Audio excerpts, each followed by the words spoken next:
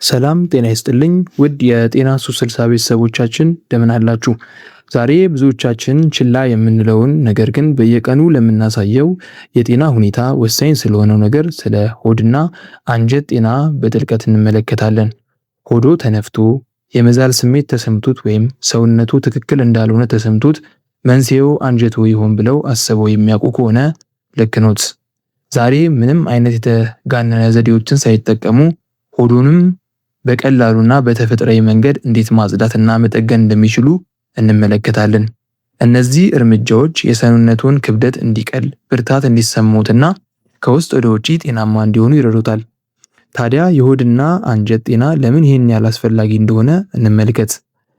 አንጀቱ የምግብ መፈጨት፣ የበሽታ መከላከል አቅም አልፎ ተርፎ የባህሪ ዋና መቆጣጠሪያ ማዕከል ነው።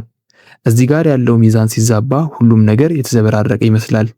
ነገር ግን መልካሙ ዜና አንጀቱ ትክክለኛውን ግብዓትና ጥቂት እንክብካቤ ካገኘ ራሱን የመጠገን አስደናቂ ችሎታ አለው።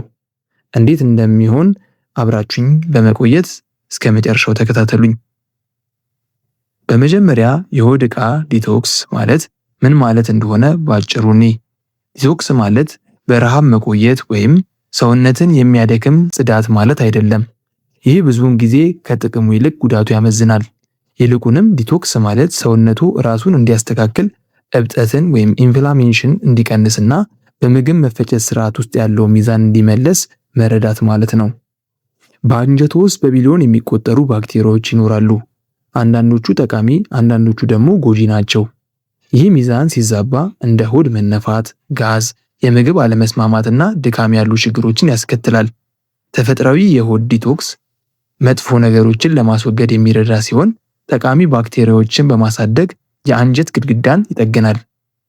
እንግዲህ አንጀቱን በተፈጥሯዊ ለመርዳት ከዛሬ ጀምሮ ሊወስዷቸው የሚችሏቸውን ቁልፍ እርምጃዎች እንዘርዝራለን። የመጀመሪያውና በጣም አስፈላጊው እርምጃ በአንጀቱ ውስጥ ያሉትን ጠቃሚ ባክቴሪያዎች መንከባከብ ነው። ይህን ለማድረግ ደግሞ እነዚህን ጥቃቅን ሕይወት ያላቸው ፍጥረት የሚመግቡ የፕሮባዮቲክ ምግቦችን መመገብ ያስፈልጋል። ለምሳሌ ነጭ ሽንኩርት፣ ቀይ ሽንኩርት፣ ጥቅል ጎመን፣ አስፕራገስ፣ ሙዝ እና አጃ። እነዚህ ምግቦች እንደ ማዳበሪያ በመሆን ጠቃሚ ባክቴሪያዎችን እንዲበዙ ይረዳሉ። እንዲሁም እንደ እርጎ፣ እርሾ ያሉ ምግቦችን እና አይብ ያሉ ምግቦችን አይርሱ።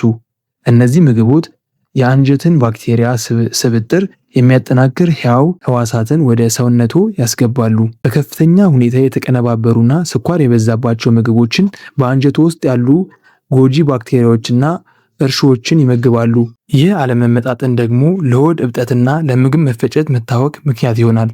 ስለዚህ ጣፋጭን፣ ለስላሳ መጠጦችና የተቀነባበሩ ምግቦችን መቀነስ ለሆዱ ምቹ የፈውስ ሁኔታ መፍጠር ይቻላል። የምግብ መፈጨት ስርዓቱ መርዛማ ነገሮችን አስወግዶ ስራውን በትክክል እንዲከውን ከፍተኛ የውሃ ፍላጎት አለው።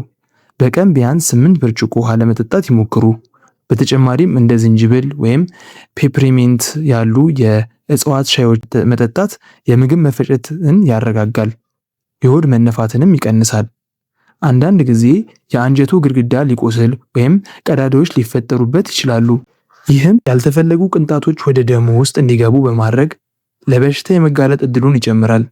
የሚከተሉት ምግቦች ይህንን ግድግዳ በተፈጥሮ ለመጠገን ይረዳሉ። የመጀመሪያው የአጥንት መረቅ ነው። ህብረ ሕዋሳችን ለመጠገን የሚረዱ ኮላጅንና አሚኖ አሲዶች አሉት። ሌላው የእሬት ጭማቂ ሲሆን ቁስለትን የመፈወስ እና የማረጋጋት ባህሪ አለው። ሌላው ኦሜጋ 3 ፋቲ አሲድ እንደ ሳልሞን ባሉ አሶች፣ ተልባና ዋልነት ውስጥ ይገኛል። የሆድ እብጠትን ለመቀነስም ይረዳል። ሌላው ዚንክ ነው። ለአንጀት ግድግዳ ጥንካሬ አስፈላጊ ማዕድን ሲሆን በዱባ ፍሬና በስፒናች ውስጥ ይገኛል። አንዳንድ ተፈጥሯዊ ግብዓቶች የሰውነትን ስርዓት ሳይጫኑ ዲቶክስን ይደግፋሉ። አክቲቬተር ቻርኮል ከመጠን በላይ መርዛማ ነገሮችን ስቦ ለማስወገድ ይረዳል። እርድ እብጠትን ይቀንሳል፣ የጉበት ስራንም ይደግፋል። የዳንዲሊዮን ሻይ የምግብ መፈጨትና የቆሻሻ ማስወገጃ መንገዶችን ያነቃቃል። ያስታውሱ፣ እነዚህ ደጋፊዎች እንጂ ፈጣን መፍትሄዎች አይደሉም። በጥንቃቄና በመጠን ይጠቀሟቸው። አመኑም አላመኑም ጭንቀት በአንጀት ላይ ትልቅ ተጽዕኖ አለው። የምግብ መፈጨትን ሊያዘገይና የአንጀት ባክቴሪያዎችን ሊያዛባ ይችላል። እንደ በጥልቀት መተንፈስ፣ ሜዲቴሽን እና እንደ እርምጃ ወይም ዮጋ ያሉ ቀላል እንቅስቃሴዎች ትልቅ ለውጥ ያመጣሉ። እንቅስቃሴ የምግብ መፈጨትን ያፋጥናል፣ ቆሻሻን ለማስወገድ ይረዳል። አንዳንድ ሰዎች እንደ ግሉተን፣ የወተት ተዋጽኦች ወይም ካፌይን ያሉ ሆድን ሊያስቆጡ የሚችሉ ምግቦችን ለጊዜው ሲቀንሱ ለውጥ ያያሉ። ይህ ለአንጀቱ እንዲያገግም እድል ይሰጠዋል። ነገር ግን የሰውነቱ ስሜት ማዳመጥና ምግቦቹን ቀስ በቀስ እየመለሱ የትኛው እንደሚስማሙት ማረጋገጥ ያስፈልጋል። ሁሉን ለማጠቃለል ያህል ይህን ቀላል የዕለት ተዕለት ልምድ መሞከር ይችላሉ። ጠዋት በአንድ ብርጭቆ ለብ ባለ ውሃና በሎሚ ጭማቂ ጀምሩ።